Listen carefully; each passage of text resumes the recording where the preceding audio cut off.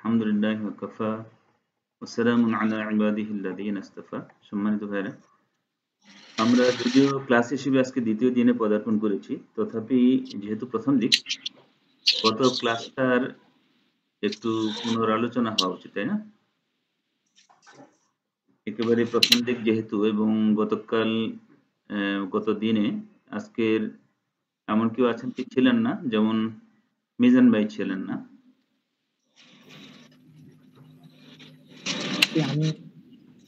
বড় ভাইয়া ছিলেন না। আপনাদের জন্য আশা করি সুবিধা হবে, অন্তত সংক্ষেপে যেন আপনাদেরকে আমরা পিছনের পড়াগুলো জানাতে পারি। আপনারা ভিডিও অন রাখতে পারেন, সুবিধা হবে আশা করি, যদি অসুবিধা না থাকে। আর ভিডিও অন করা জরুরি নয় আর কি।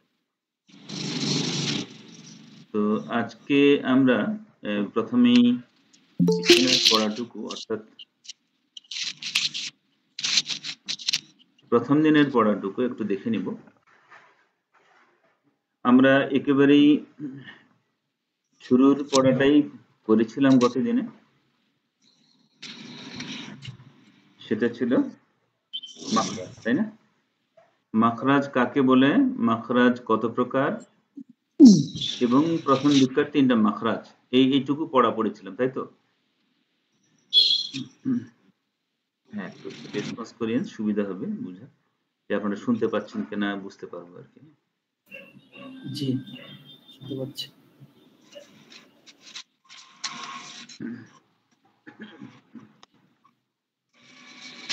আমি একটু আমার ভিউটাকে ইয়ে করব, ইন করব, তাহলে সবার সুবিধা হবে আশা করি।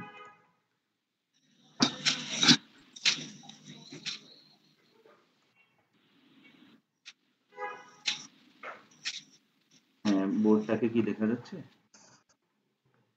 জি, যাচ্ছে।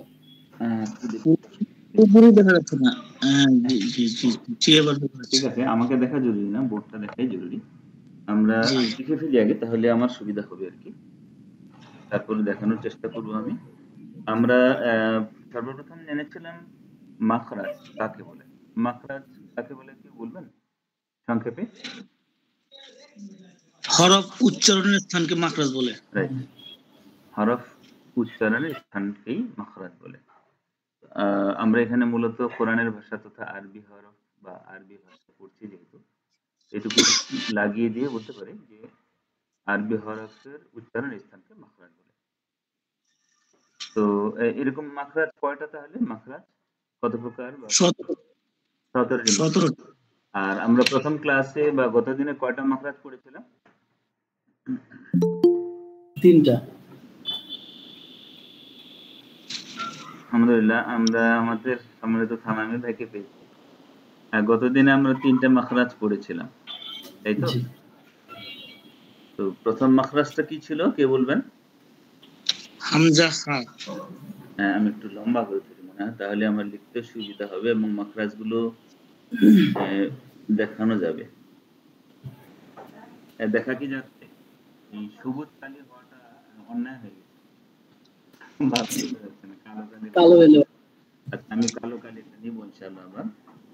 আর দ্বিতীয় মাখরাজ ছিল আইন হা। আইন হা। মাশাআল্লাহ, যারা বলছেন ভালো উচ্চারণ করেছেন। আর তৃতীয় মাখরাজ ছিল গাইন খ। মাশাআল্লাহ। আচ্ছা, মাখরাজগুলো সংজ্ঞা সহ কে বলবেন? এক নাম্বার। জি, আমি বলবো। হ্যাঁ, বলেন। হলকের শুরু হইতে হামজা হা 2 নম্বর মাখরাজ, হলকের মধ্যখান হইতে আইন হা 3 নম্বর মাখরাজ, হলকের শেষ ভাগ হইতে গাইন খ। আচ্ছা, আলহামদুলিল্লাহ। এখানে একটা বিষয় লাগানো উচিত, মানে একটা কথা, হলক অনেকে বুঝতে নাও পারে, তাই না? আমরা বাংলায় যদি বলে দিই যে হলক বা কণ্ঠনালীর শুরু থেকে, হলক বা কণ্ঠনালীর শুরু থেকে কি শুরু থেকে হচ্ছে হামজা হা।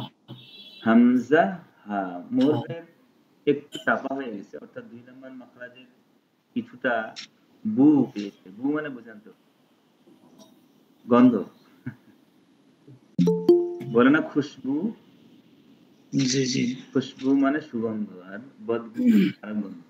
তো বু মানে গন্ধ, তো প্রথম মাখরাজের বু যেন না আসে, প্রথম মাখরাজের মতো উচ্চারণে যেন ভাব না আসে, একেবারে খোলামেলা।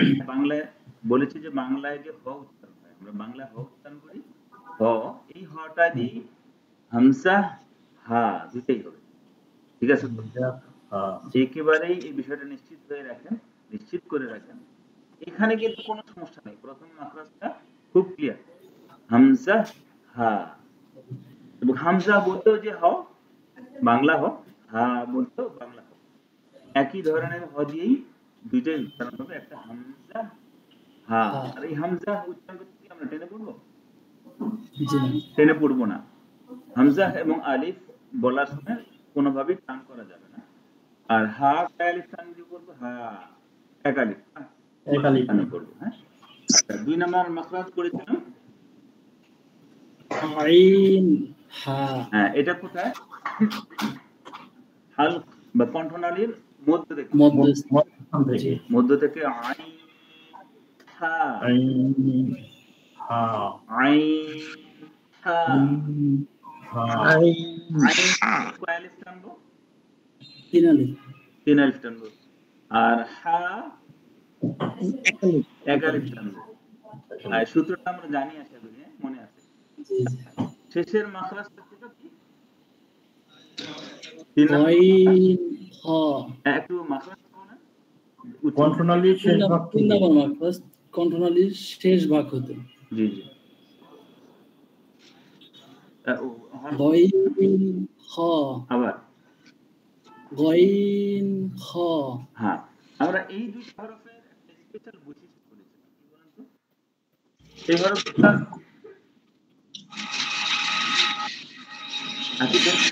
বলেন।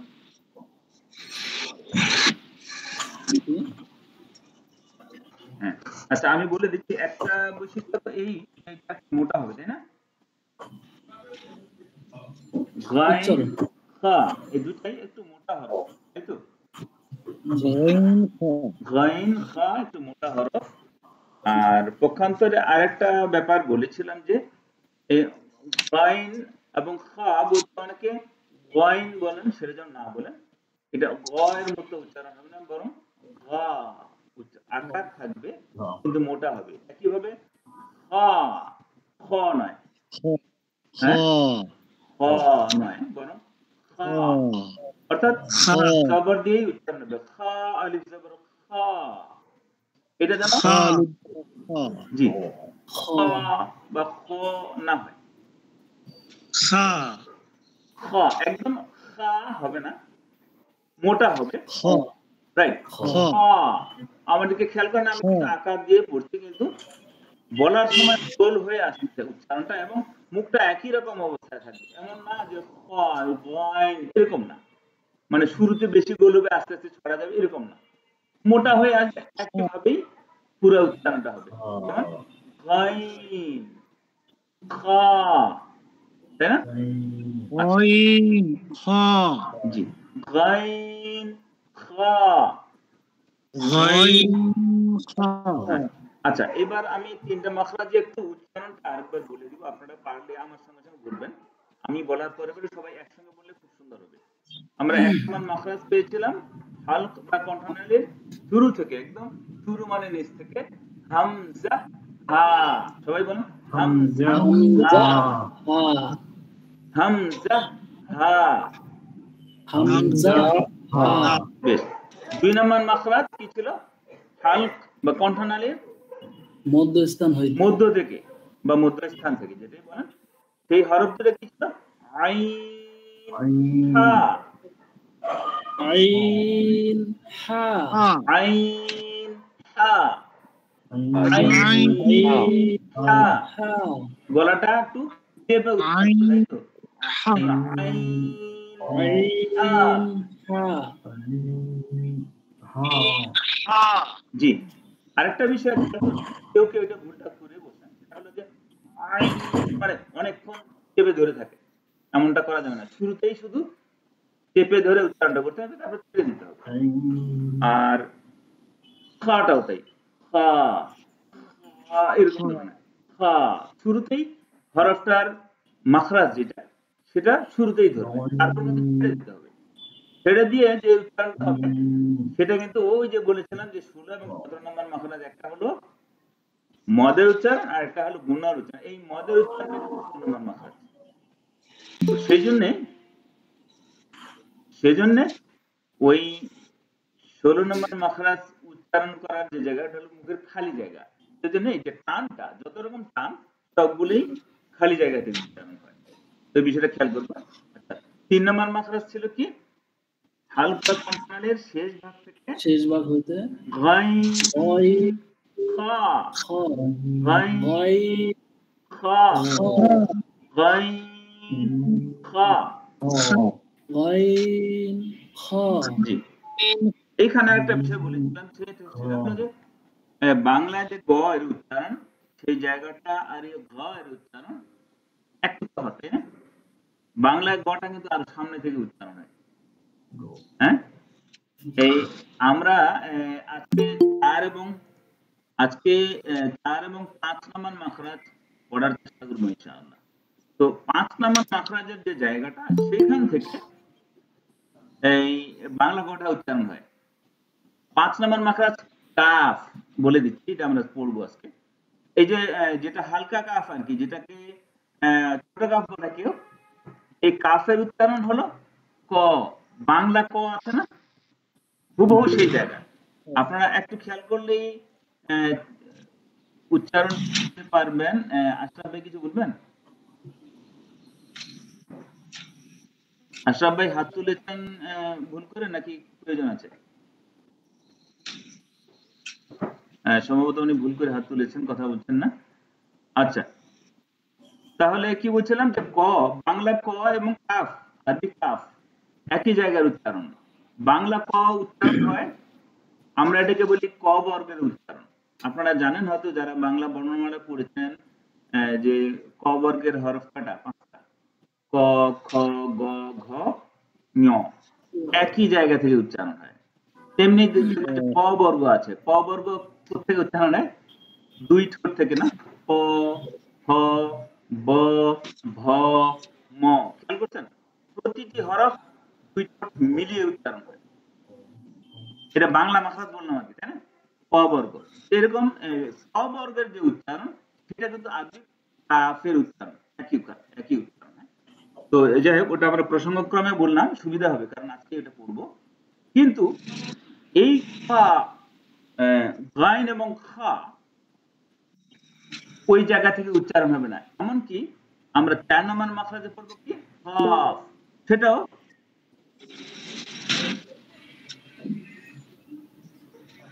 আশরাফ ভাই বলছেন যে আমি প্রথম। আশরাফ ভাই একটু আপনার মাইক থাকলে অন করে কথা বলেন।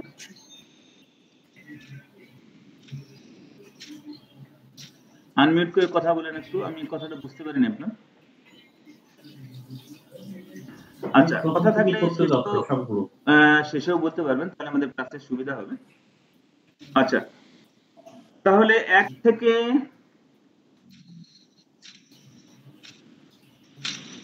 সোহেল ভাই কিছু বলবেন?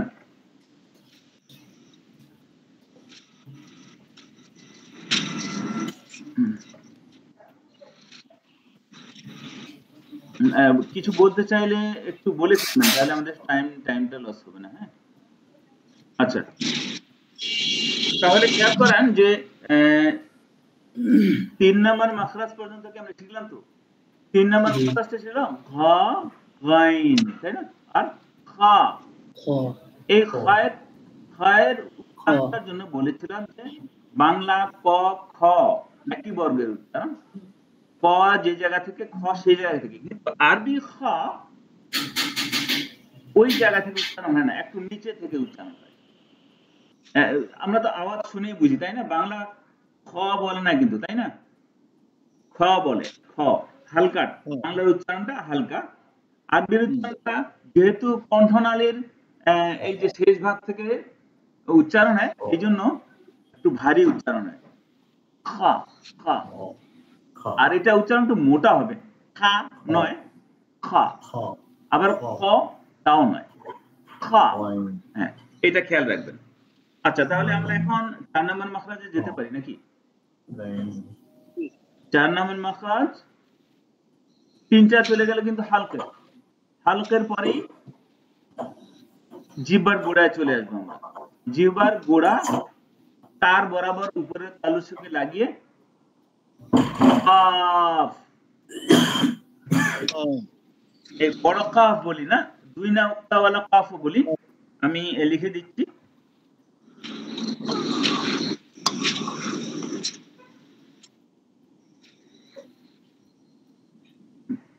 দেখা যাচ্ছে হরফটা? জি জি জি। হ্যাঁ, এটা 4 নম্বর মাখরাজ। 4 নম্বর মাখরাজ, তাহলে মাখরাজটা কি? জিহ্বার গোড়া তার বরাবর উপরের তালুর সঙ্গে লাগিয়ে, জিহ্বার গোড়া, জিহ্বার গোড়া তার বরাবর উপরের তালুর সঙ্গে লাগবে, লেগে উচ্চারণটা হবে কাফ। এটা টান দিয়ে পড়বে, তাই না? কাফ। একটু সবাই বলেন কাফ কাফ কাফ। এখানেও কিছু বৈশিষ্ট্যের কথা বলি। এই যে বৈশিষ্ট্য বলতেছি, আরবিতে কিন্তু এটার নাম আছে সিফাত বলে। হ্যাঁ, সিফাত পড়াটা অনেক বড় পড়া, আমরা ওইভাবে ডিপলি সিফাতে যাব না, কিন্তু যেটা প্রয়োজনীয় সিফাত সেটা আপনাকে মাখরাজের সঙ্গে সঙ্গেই বলে দিব ইনশাআল্লাহ, না হলে তো বিশুদ্ধ উচ্চারণটা আসবে না। তো কাফের একটা সিফাত হলো, এটা প্রথমত জিহ্বার গোড়া দিয়ে উচ্চারণ হবে। ওই যে বললাম যে বাংলা কয়ের উচ্চারণটা কিন্তু এর পরের কাফ, ছোট কাফ, সেটার সঙ্গে সঙ্গতিপূর্ণ, মানে একই রকম। কিন্তু গায়েন গ আরবি যে, আর অর্থাৎ 3 নম্বর মাখরাজ, এবং এই 4 নম্বর মাখরাজ যে কা ক বা এটা কাফ, তাই না? এই উচ্চারণ গুলো কিন্তু ওই ক বর্গের থেকে একটু ভিতরে। 3 নম্বর মাখরাজ মানে গায়েন খা ছিল কণ্ঠনালীর শেষ ভাগ থেকে উচ্চারণ হতো, আর এই কাফ এটাও বাংলা কয়ের মতো না, এটার উচ্চারণ কোথায়? জিহ্বার গোড়া তার বরাবর উপরের তালুর সাথে লাগিয়ে। নোট করে ফেলবেন। হ্যাঁ, আপনার ভাষায় লিখতে পারেন, আমার ভাষাটা এরকম, জিহ্বার গোড়া তার বরাবর উপরের তালুর সাথে লাগিয়ে কাফ কাফ টেনে পড়বো আমরা। এটারও উচ্চারণ করতে কাফ হবে না বা কফ হবে না, কফ হবে না, আবার কফ হবে না বা কাফ হবে না, আপনাও হবে না। এত সরি ভাই, আমি একটা ফোন খালি রেসপন্স ভাই। শাকিল আসসালাম ভাইয়া, আমি একটু ক্লাসে ছিলাম, যদি কিছু মনে না করেন পরে ব্যাক করছি। শুকরান, থ্যাংক ইউ। আসসালামু আলাইকুম। তাহলে কাফের উচ্চারণটার এই একটা বৈশিষ্ট্য, যেটা মোটা হবে, ওই খা খা গা গাইন খা ইত্যাদি মতো মোটা হবে, কিন্তু একদম আকার ছাড়া হবে, আকারও থাকবে, তাই তো? এটা যদি আমরা আরবিতে লিখি, কিভাবে লিখবো? আরবি যারা পড়ার ধারণা আছে তারা বুঝতে পারবেন।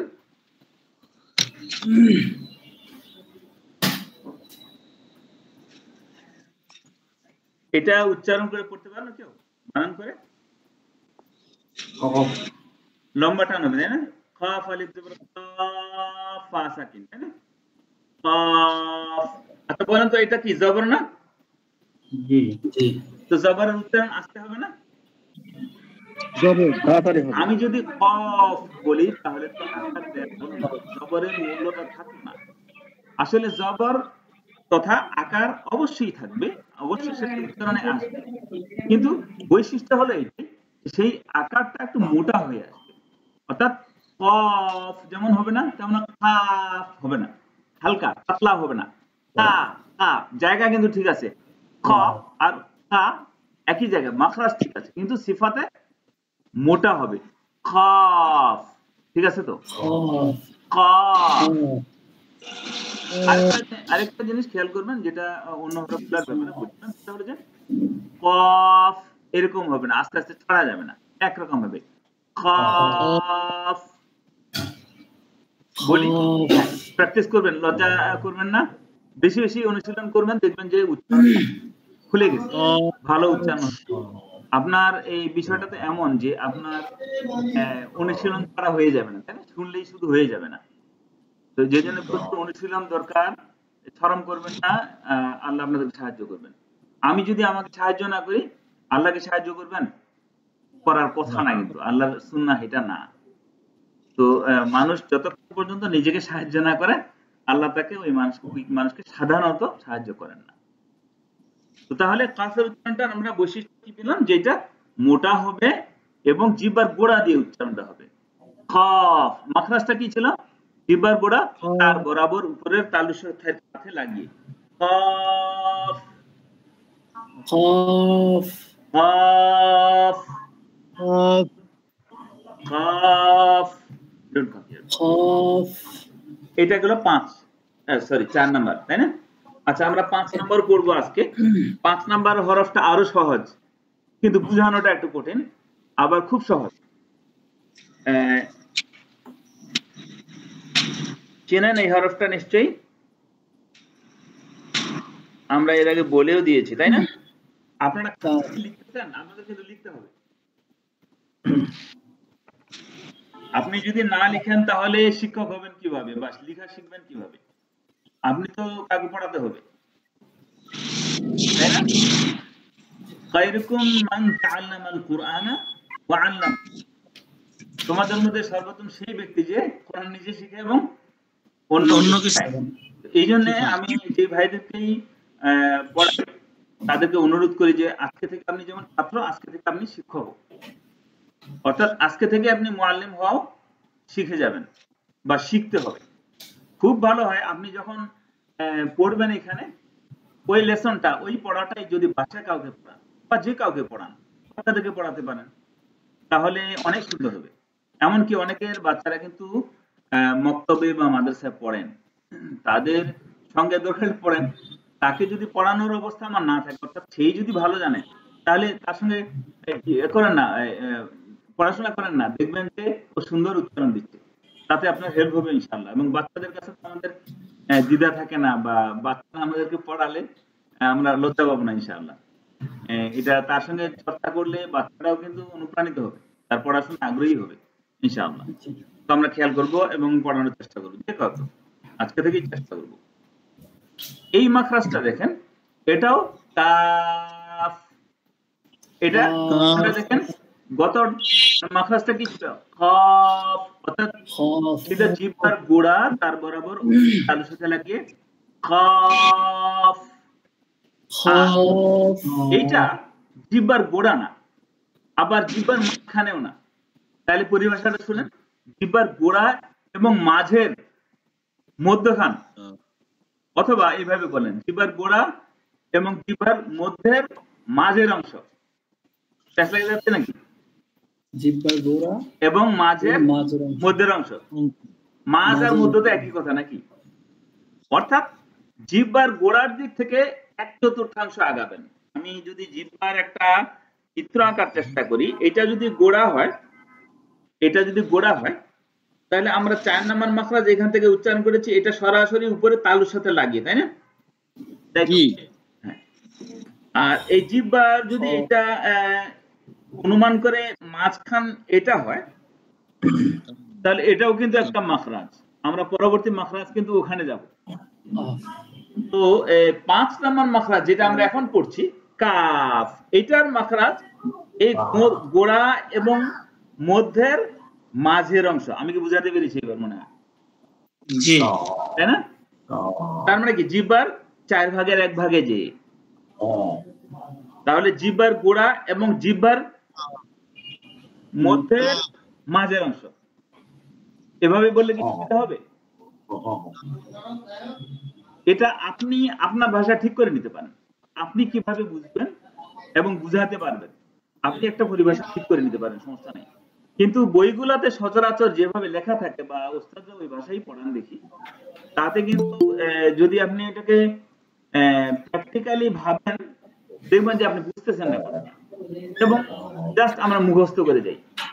এটা আমার কাছে মনে হয়, আমার এটা কিন্তু হলো না, অর্থাৎ বোঝা যায় না যে আমি আসলে কোন জায়গায়, আমি জায়গাটা চিনি, আমি উচ্চারণও করতে পারতেছি, কিন্তু ওই বইয়ের যে পাঠ আমার যে 5 নাম্বার মাখরাজের যে সংজ্ঞা সেটাকে আমি মিলাতে পারি না। কি লেখা থাকে যে জিহ্বার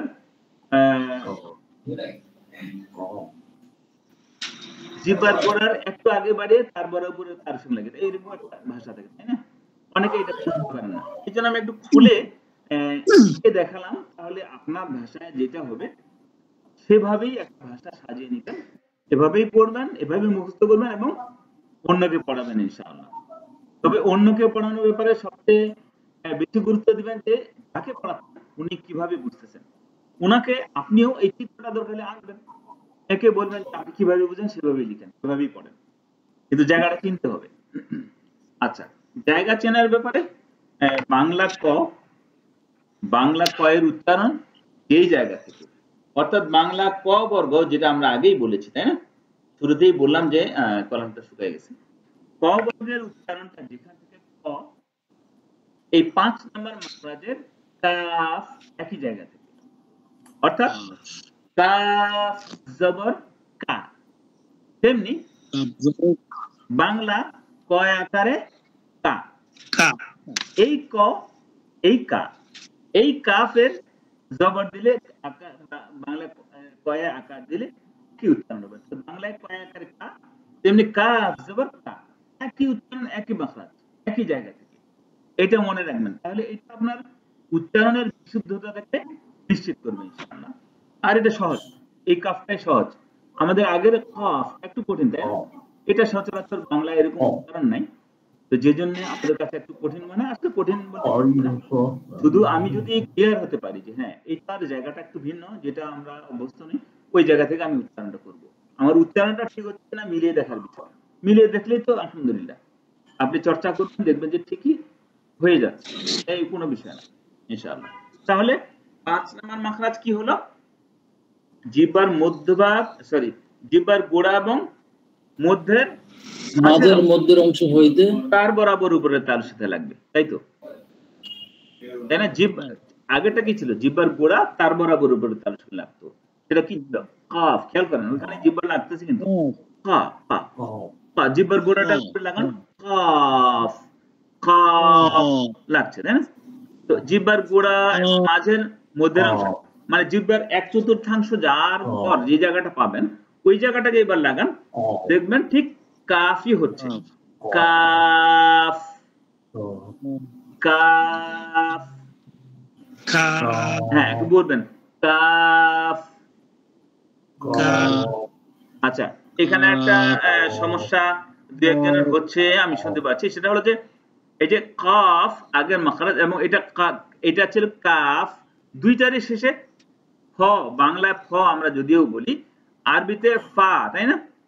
ফা এখন আমরা পড়ি নাই, কিন্তু ওই হরফটা আসতেছে এবং এই উচ্চারণটা অনেকে বাংলা ফয়ের মতো করছে, অর্থাৎ ঠোঁটে ঠোঁটে মিলায় ফেলতেছেন, বলতেছেন যে কাফ, তারপর কাফ, এই ঠোঁটে ঠোঁটে এখানে লাগবে না, ঠোঁটটা না লেগে দাঁতের সঙ্গে ঠোঁট লাগবে। এই 5 নম্বরটাই দেখেন এইভাবে উচ্চারণ হবে, আমার দিকে খেয়াল করেন, কাফ, দেখছেন? আরবি ফ বা ফ আর বাংলা ফয়ে একটু তফাৎ আছে। বাংলা ফটা ওই যে বললাম প বর্গের উচ্চারণ, প ফ ব ভ ম, সবগুলোই ঠোঁটের বীজাংশ লাগে, ঠিক না? কিন্তু আরবি যে ফ মানে ফ, এটা 2 ঠোঁটের বীজাংশ লাগবে না, এটা কি লাগবে? উপরের দাঁত ঠিক আছে কিন্তু, সরি, ঠোঁট নিচেরটা ঠিক আছে কিন্তু উপরের ঠোঁটে লাগবে না, লাগবে কি সে দাঁতের আগার, পা পা। আমরা একটা মাখরাজ শিখে ফেলছি কিন্তু আরেকটা, হ্যাঁ যখন যাব তখন সহজ হয়ে যাবে, পায়ে যখন যাব। তাহলে এইটা খেয়াল করব, কাফ, আপাতত এতটুকু মনে রাখেন, কাফ। রাইট, আগের মাখরাজ 4 নাম্বার মাখরাজ ছিল কাফ, কাফ, হ্যাঁ 4 নাম্বারটা আবার উচ্চারণ করি, হ্যাঁ 4 নাম্বার মাখরাজ ছিল জিহ্বার গোড়া তার বরাবর উপরের তালুর সাথে লাগিয়ে কাফ, হ্যাঁ, সবাই একটু বলেন কফ। ক মোটা হবে কফ। কাফ, হ্যাঁ পাতলা হবে না, এটা বারিক বলে পোর হবে কফ। হ্যাঁ, আর 5 নম্বরটা হচ্ছে কি জিহ্বার গোড়া এবং মধ্যের মাঝের অংশ তার বরাবর উপরের তালুর সাথে লাগিয়ে কাফ। এটা বাংলা কথা তাই না? Calf calf. আজকে কিন্তু আমরা সামনে আর আগাবো না, আমরা আজকে যেহেতু পিছনের পড়াটা একটু পড়েছি, আজকে অনেকে জয়েন করেছেন আলহামদুলিল্লাহ, ভালো লাগলো। তো আজকে শুধু 2টা নতুন পড়া শিখলাম আমরা, আগের 3টা যেহেতু আছে। আর যেহেতু আজকে অনেকে নতুন আছেন যারা গতকালকে ছিলেন না, মানে গত দিনের ক্লাসে ছিলেন না, তো সব মিলিয়ে আমরা 5টা মাখরাজ পড়লাম আজকে, তাই তো? এবার আপনাদের প্রশ্ন থাকলে বলেন।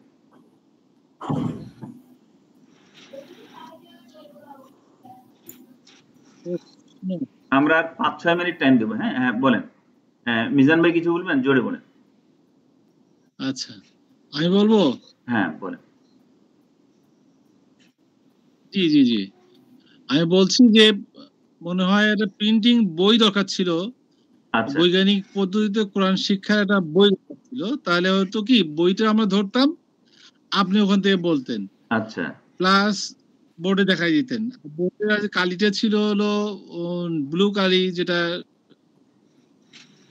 সবুজ কালি আমার ছিল, বুঝতে অসুবিধা হচ্ছিল। সবুজ কালির জন্য বোঝা যাচ্ছিল না, তাই তো? ওইটা কালো কালি। হ্যাঁ, ওটা আমরা আগামী দিন ইনশাআল্লাহ কালো কালি পাবেন। আর বইয়ের ব্যাপারটা একটু বলি। বই আমরা মিজান ভাই একটু বলছি, বইয়ের বিষয়টা আমরা শুরু থেকে ইচ্ছা করে বলি নাই, কারণ এক একজনের কাছে এক এক রকম বই থাকে।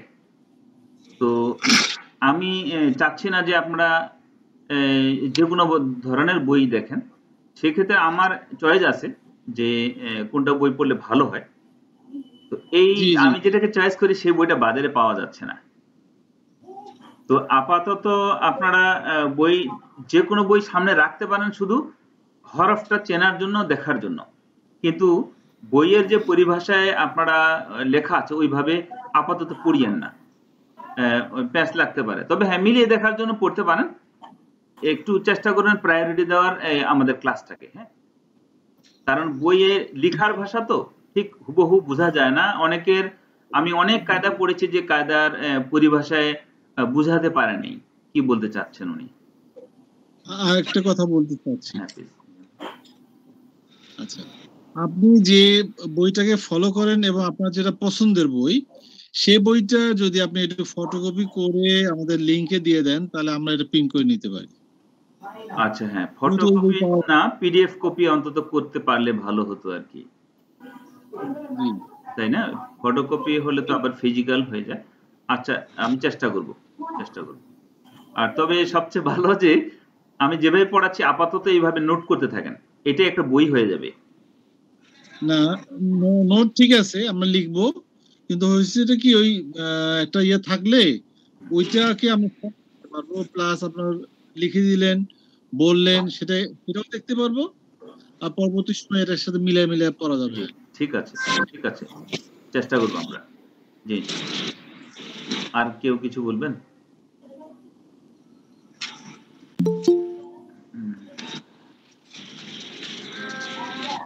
রায়হান ভাই আসছেন মাত্র, আমরা তো ক্লাস শেষ করতে যাচ্ছিলাম। রায়হান ভাই বলেন, আপনাদেরকে কিছু শোনান।